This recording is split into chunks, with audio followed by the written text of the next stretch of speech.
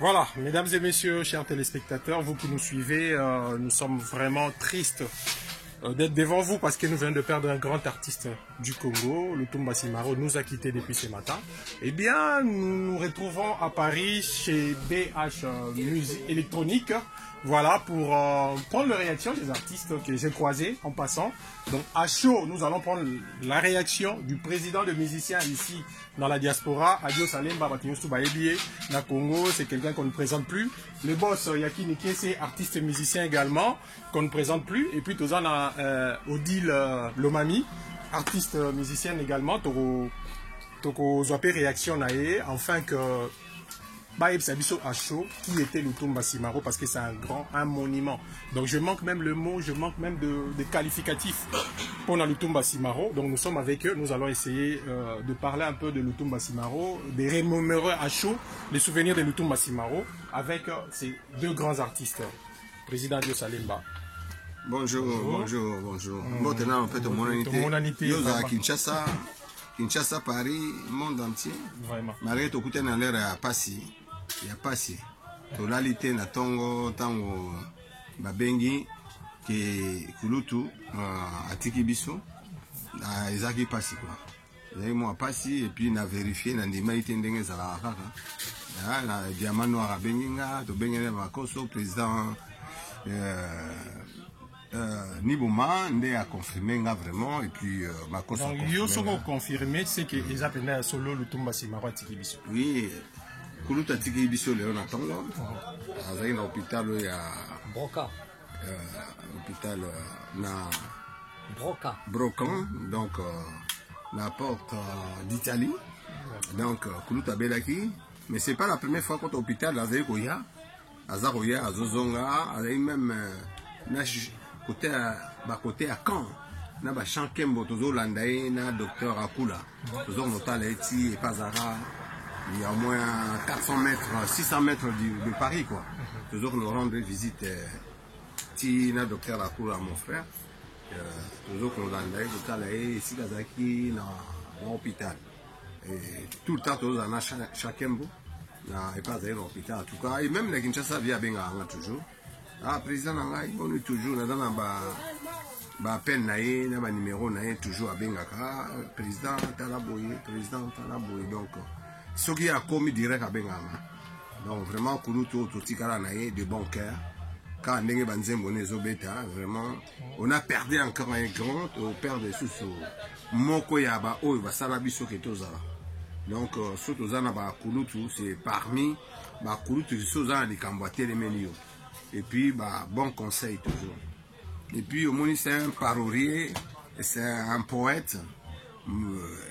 Mukolomoko na bengana mama bana na ndako. Na odanga tu na yo ba souvenir ni ya la mo kotimbala mo okotimbala mo nango donc yebisa biso qui était Lutumba Simaro pour la Dio Salemba. Ba réaction ni bozaki nango ba rapport ni bonne ko entretenir yo na Lutumba Simaro. Donc nazali ba vie na ngalo kona ba madiata. Soka ke bantele.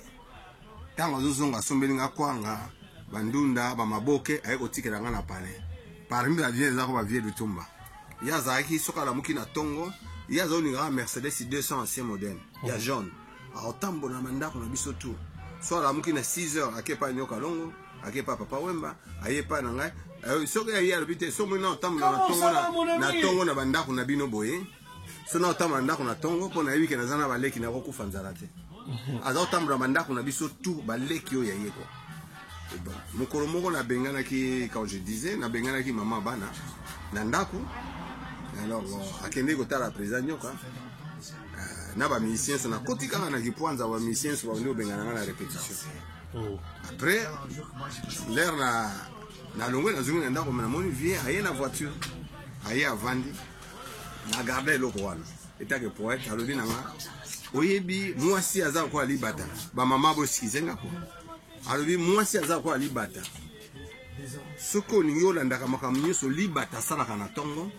Okozwa libata wate otiena nzungu ngabi pona nini kuluta abi so moni libata bimi na tonga ozwa bec na ye azoliera ba michopi ba salite ba nini yebisanga leki na ngai okozwa libata azoliera ba salite otiena nzungu oli aye ngabi jamais abi voilà moi si kolandaka te makambo nyoso asalaka donc moi si aza eloko moko kukipa makamasa la reste donc on a tikana nango na mutu et puis après sur de benga maman ba na zonga na ndako na benga pe na téléphone maman yena donc vie c'est parmi ma kuluto yo ya biso penda oyo ya biso donc azali na baleki na ye oyo soko aye après sur des photos yoka.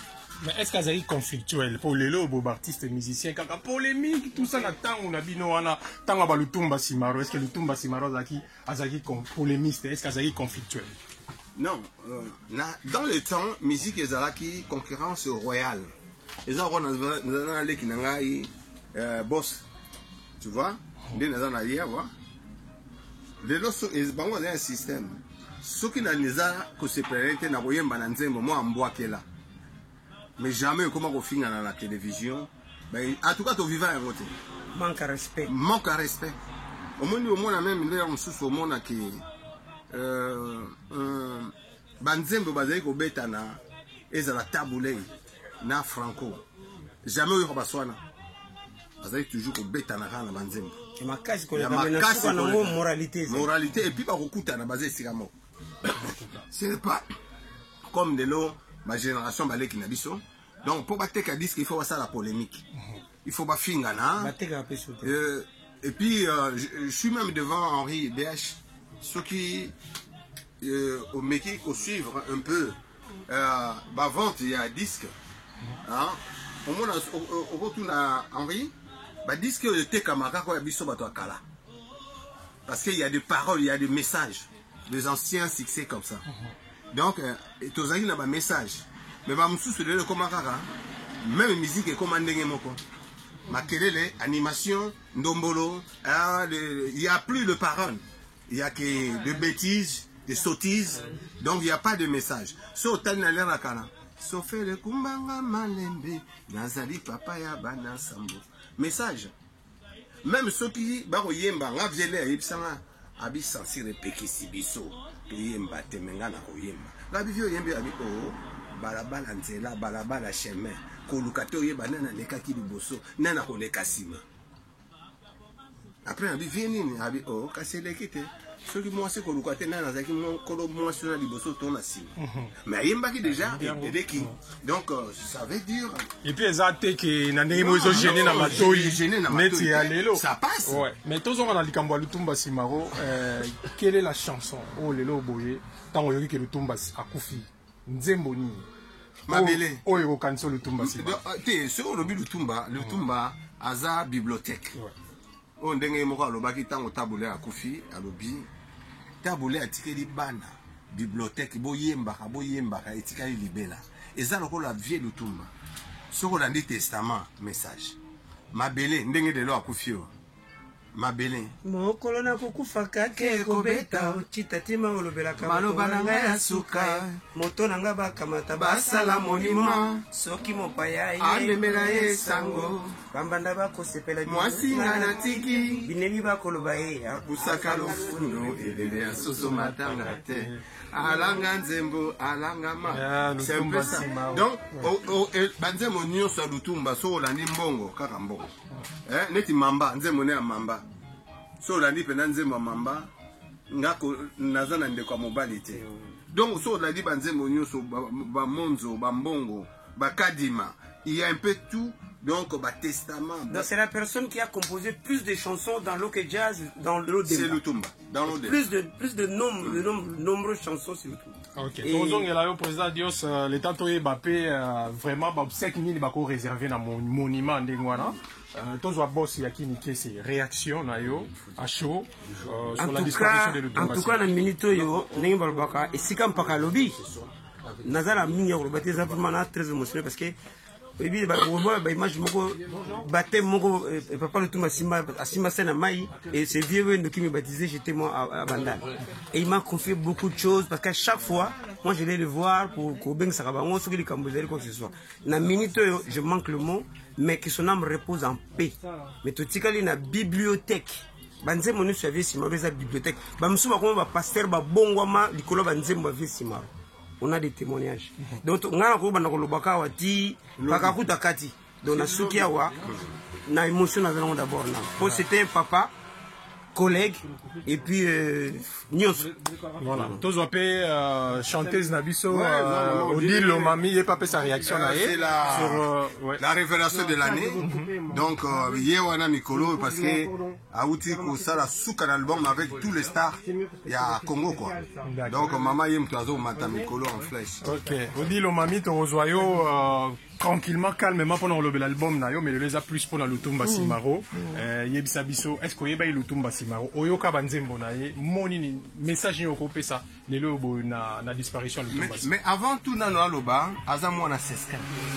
Ok, Seskin Molinga. Non, laissez tomber Franck Lassa. Seskin.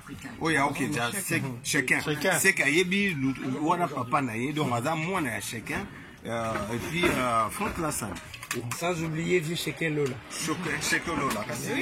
Oui, naïbi parce que j'ai collègue ya parents nanga, oncle nanga, papa nanga Séléman Lomboko. Donc cousin à Franck Lassana, Cheikh Lola. Donc baza ba cousin quoi. Bon, naïbi Lutumba par rapport naïbi wana mukeme na zo kaka. Papa Lutumba, papa avec des mille mais ne ba que l'artiste ne même pas. On a toujours dit to garder bibliothèque to landa exemple.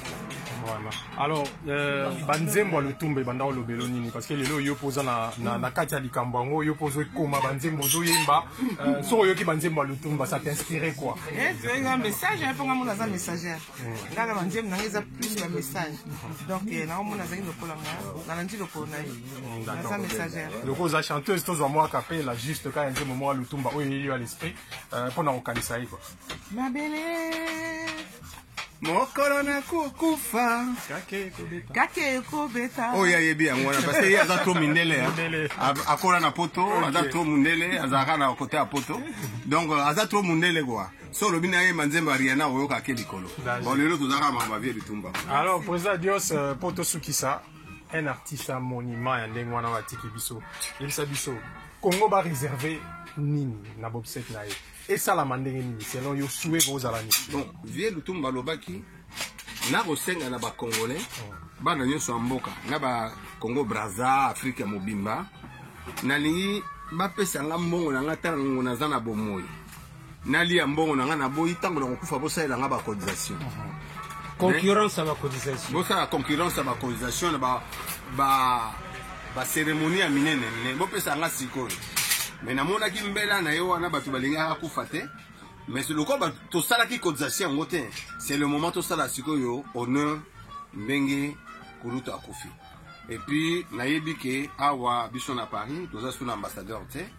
Tozo bunda avec Congo Sebene, ils a dirigé na président Niboma Nangai et puis collège Nabiso ba Fayates ba Kapesa ba Ruf Mutanganga toza ba Dona Mobeti toza ebele hein ba Utamai ba Jona Janana tous les musiciens Reni na ba Seskin Molenga na ba musiciens nyonso et puis moi Nabiso Serge Kabango parce que mutaya na Serge Kabango ils avaient donc après c'est biso ça en attendant tous un rapport il y a famille donc tozali vieux to donc na Paris awa ba matangi ko sala et bandalelo les zo bandalelo na vitrine donc bandalelo na vitrine après to sala ba organisation mais sous ka to tira instrument ba musicien nyonso baza na France na Paris baya instrument za to banaolela Lutumba toujours kaka na musique na ye kaka parce que moko na biso aza na nzemba Lutumba nde to yembi na leki na nga na mutu donc toujours zela lelo famille et to sengi ba musicien bo sala ndenge bo sala kateke likambo ba musicien zali mutu na mutu bombe na coin na ye oyo akufi c'est un monument donc soki to moko na biso azokali loba moko tanga oko manzembo na nzembo Lutumba po atia na nzembo na ye monument et bibliothèque o to banda ko zwa kati libela donc yango moni ndenge kaka na utu koloba to sengi to zana ndey mais oyo batie président ba osala intérim ya présidence na Kinshasa je pense na ba sommet Kimbuta bateau dirigé parce que bazar toujours na place bakimbuta organisation même président Nyokalongo na joué na Tongo azana États-Unis je pense sur a du programme à kokata ta jour moko pour akita na Kinshasa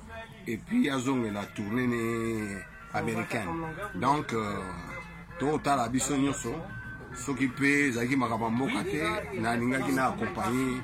On a eu qui nuance wana au bâtiment intérim ya présidence to aza président. Tu vas président musique. Tu président musique est président nani Verkis. Wana da babeta na OK Jazz wana muninga na marge vile tumba za mukolo ya président Verkis. Babeta na OK Jazz ba président na biso ya ba musicien ezali président Verkis. Et puis na kosenga penza na président Verkis pour l'honneur neti biso na pare awa tozo calmer ma combattant bazo tomboka ba récupérer guitare ya Odemba oyo vie Lutumba apesaka epai ya ekene na Rwanda en tout cas président Verkis a nous récupérer guitare na biso s'il vous plaît eza epai ya Kabila tozo na préféré ta président non mais lelo a gardé amour non na veve sen lelo boyo to mona ke Rwanda na Congo ndiye makambo ebongi nango président Congo akende ki kuna bana biso demba guitare on guitare wala guitare tala guitare na ko loba mabe ya papa pam oyi papa er moko batumbuka na kai lelo ba combattant bazo tomboka na ligne pona guitare wana et azu guitare na biso apesa na Rwanda na ebi mutapesa kai maelo wana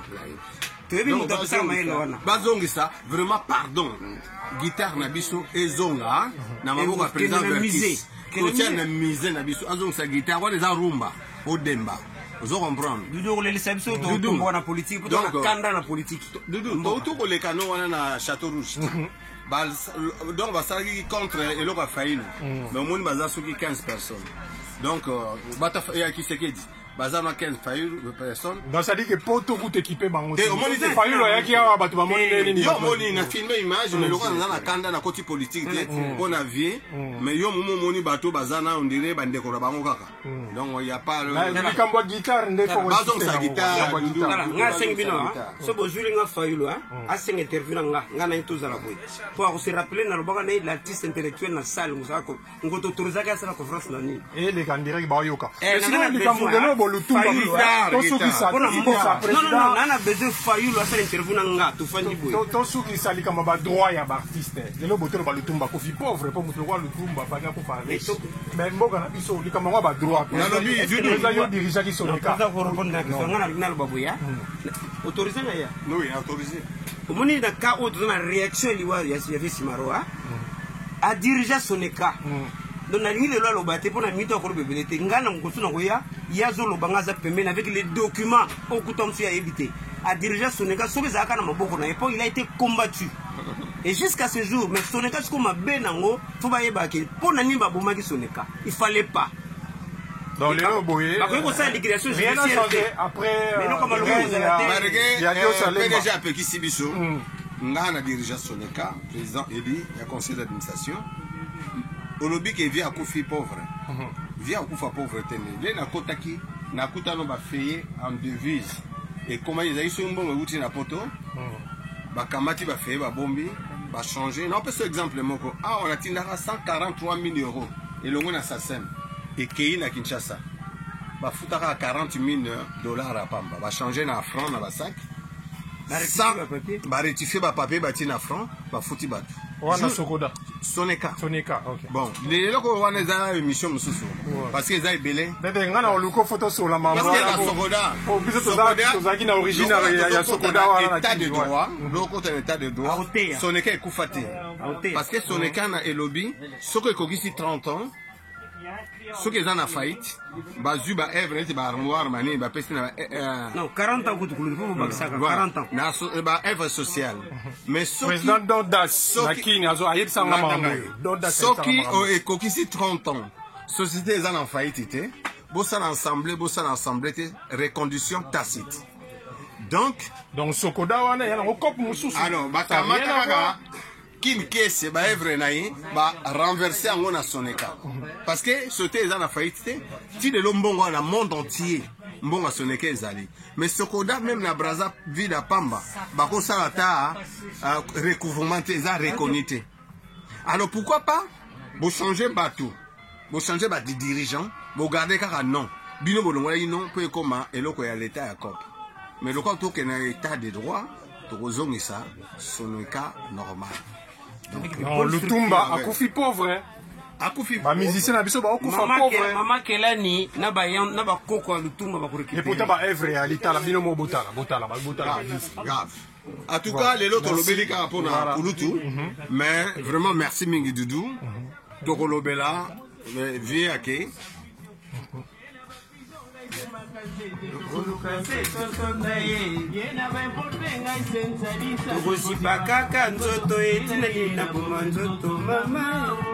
La vie est un combat.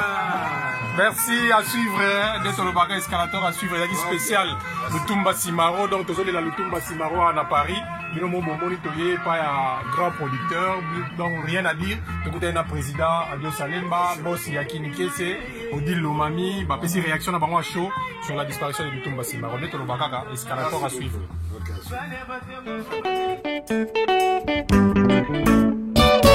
Bonté. Beauté. Beauté. Et voilà. Nalingi Bino Mingi, je vous aime beaucoup. Comment ça se dit? Nalingi Bino Mingi. Nalingi Bino. Bino Minti. Voilà. Mais elle s'est débrouillée pas mal. Merci. Ah ouais, s'il te plaît, sois gentil. S'il te plaît, s'il te plaît. Mbote c'est court.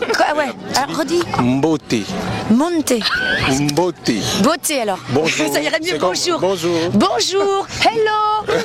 Nalingi Bino Mingi. Ah non, je rirai pas. Nalimino Bingi. Dis pour moi s'il te plaît. Ok, merci. Abonnez-vous sur notre chaîne Escalator TV. Escalator TV, c'est la culture dans sa diversité.